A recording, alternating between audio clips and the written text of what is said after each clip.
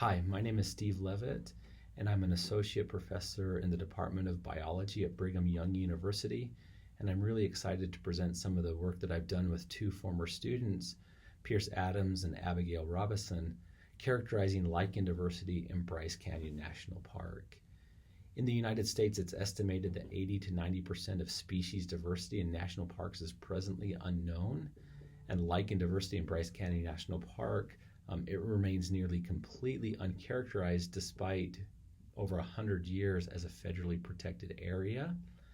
Given the contemporary changes on the Colorado Plateau, we wanted to find a way to expedite how to characterize lichen diversity, and our initial inventory in Bryce Canyon will provide really critical information to inform conservation efforts and ongoing monitoring of diversity in our national parks.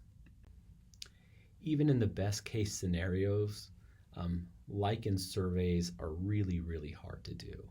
Being able to comprehensively and thoroughly characterize a lichen community remains a pretty elusive feat, and our best attempts are slow, they're costly, they require specific training, years of experience, and this despite the fact that we know that lichens are important for monitoring air quality and ecological health.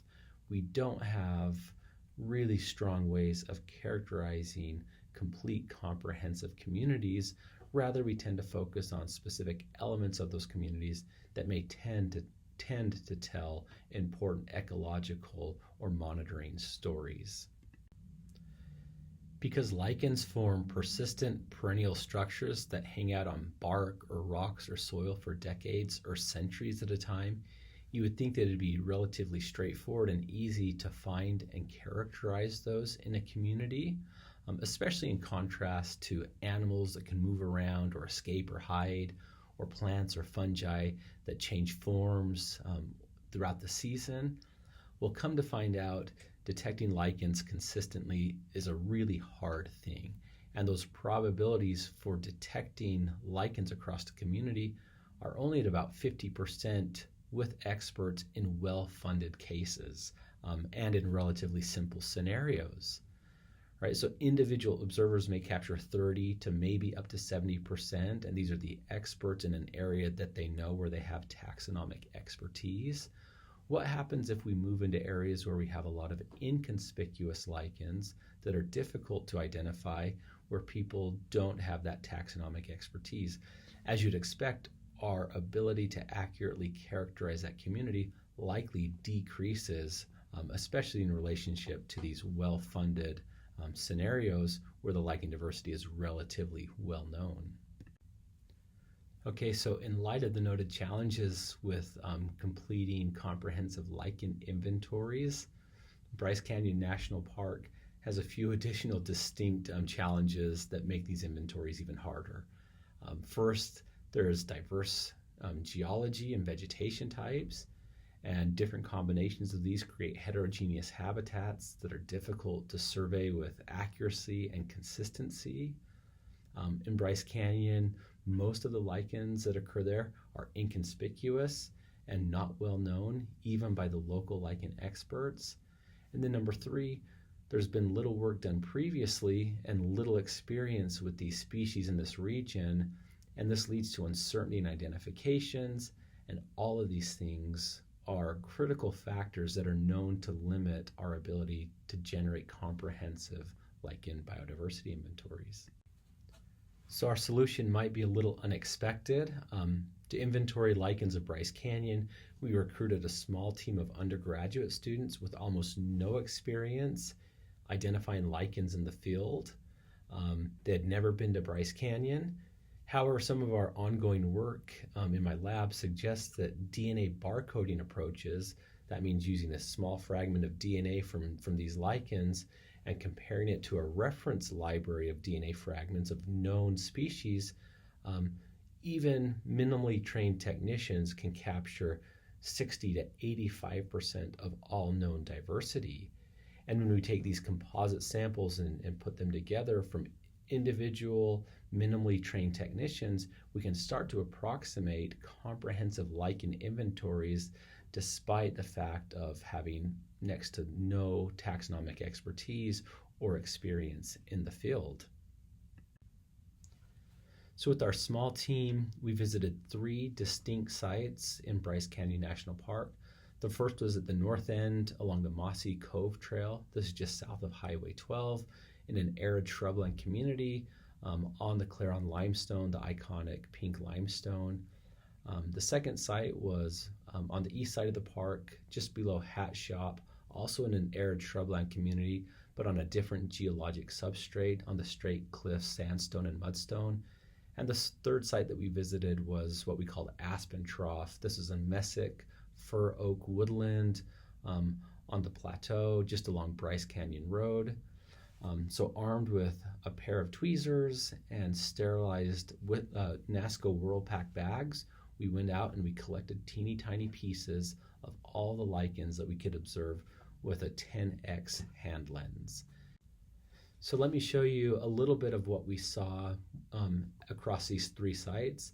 As I mentioned before, the majority of lichens in Bryce Canyon National Park are small and inconspicuous. These are typically what we call crustose lichens occurring on rock and bark.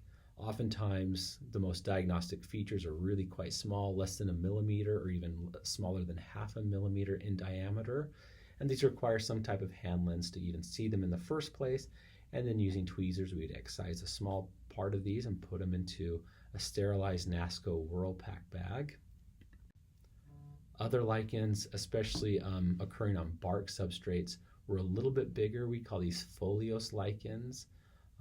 And while these are a little bit bigger, a little more conspicuous, it still often requires some type of magnification, getting up close and personal with the trees or the soil to try to identify these or see where they're at. And again, from these lichens that we would observe, we'd take off teeny tiny fragments and place them in our sterilized bag without much care in terms of what that lichen was. All we wanted to do was collect the full range of variation that we observed while in the field. Taking these samples back to the lab and doing some lab work, some sequencing work, and then some bioinformatic work, all with the aim of trying to characterize the range of genetic variation within each of the samples at the 3 sites, we ended up with some pretty striking results. We went from 24 species that had been documented in the park to 215 species based on the results of this specific study. 2/3 of the species that we documented are species that we would expect to occur within the region.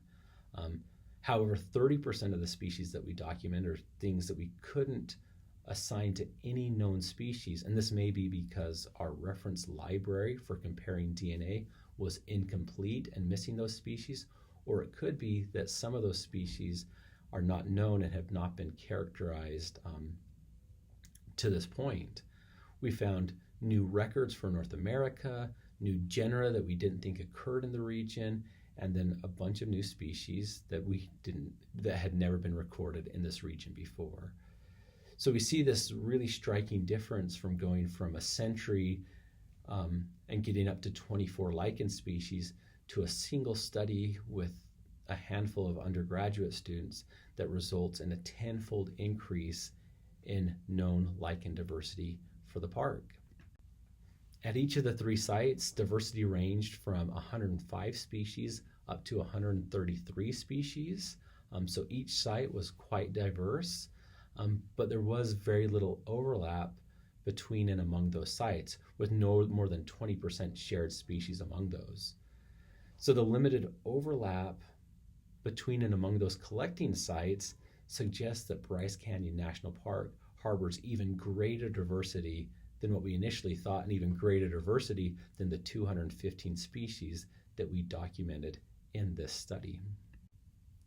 From a conservation perspective, our lichen inventory at Bryce Canyon highlights a number of potentially important bioindicator lichens that could help track ecological and disturbance gradients.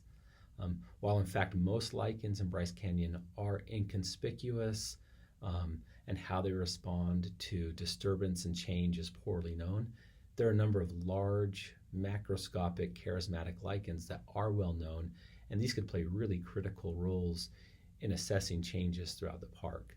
Some of these include in the mesic forests, things like the beard lichen on the bottom left, or the pixie cup lichen in the bottom center, or tree lettuce lichen on the bottom right. All of these can be sensitive to climate and air quality changes, and these are found in only small restricted populations throughout the park.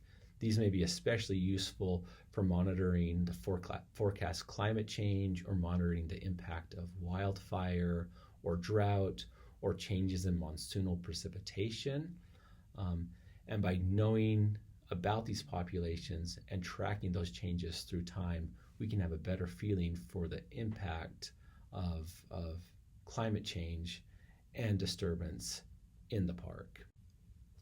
One notable lichen that I'd like to highlight is the wolf lichen.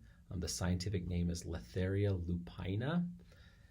Wolf lichens have been documented in the park, although locality information is too vague to know where exactly it came from. And these represent interesting, unique, and outlying populations way outside of the normal distribution for the species. Despite extensive field efforts, we were unable to find any of these populations recently, so who knows if they're still present. And I'd love to highlight this lichen and encourage anyone who's in the more mesic forests to keep an eye open for this. If they see it, document it on iNaturalist. It would be really fascinating to know if this is still in the park and if we can find populations that, again, we might monitor to see how they respond to changes over time. As I mentioned before, accurately and comprehensively characterizing lichen communities and diversity in those communities is really, really hard. And there's still a lot of value in using traditional methods, but this DNA-based approach provides a new set of tools to expedite our discovery and understanding of diversity in our federal lands. One of the values of this is that it can be done by a much broader range of scientists and interested people. By using DNA-based approaches with minimally trained technicians, we can effectively sample lichen communities and characterize that diversity in some comprehensive ways that were not possible before. And in this case, we went from only 24 species that had been documented in the park over the previous century to over 215. And each of those 215 species is represented by genetic sequence data that can be integrated into any subsequent study for comparison and revision and reconsideration. And this is a method that we can continue to use throughout the park as we sample additional sites. Those data can be integrated into the same system, and we can continue to revise and make sense of diversity across the park. This doesn't mean that traditional voucher-based approaches to understanding diversity are not important.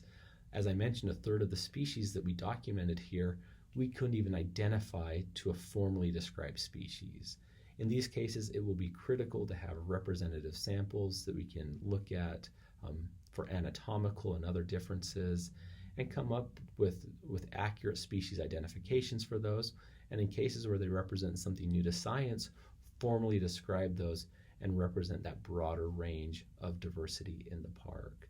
So moving forward in Bryce Canyon, the aim is to characterize this diversity with DNA-based approaches, couple that with voucher-based approaches, specifically targeting groups that are most frequently represented by unidentified taxa, and using an integrative strategy, try to fully understand the diversity. And of course, lichen diversity and lichen community structure remains poorly characterized throughout this entire region. And by implementing this approach or similar approaches, I think we can expedite our understanding of community structure, species distribution, changes across landscape, and changes through time and responses to disturbances in ways that will be really powerful to understanding this region. Equally critical, it'll give us an appreciation for organisms that persist in symbiotic systems across the scale of decades to centuries or even millennia for some of these individual lichen thalli, and appreciating that can be really powerful. Thank you very much.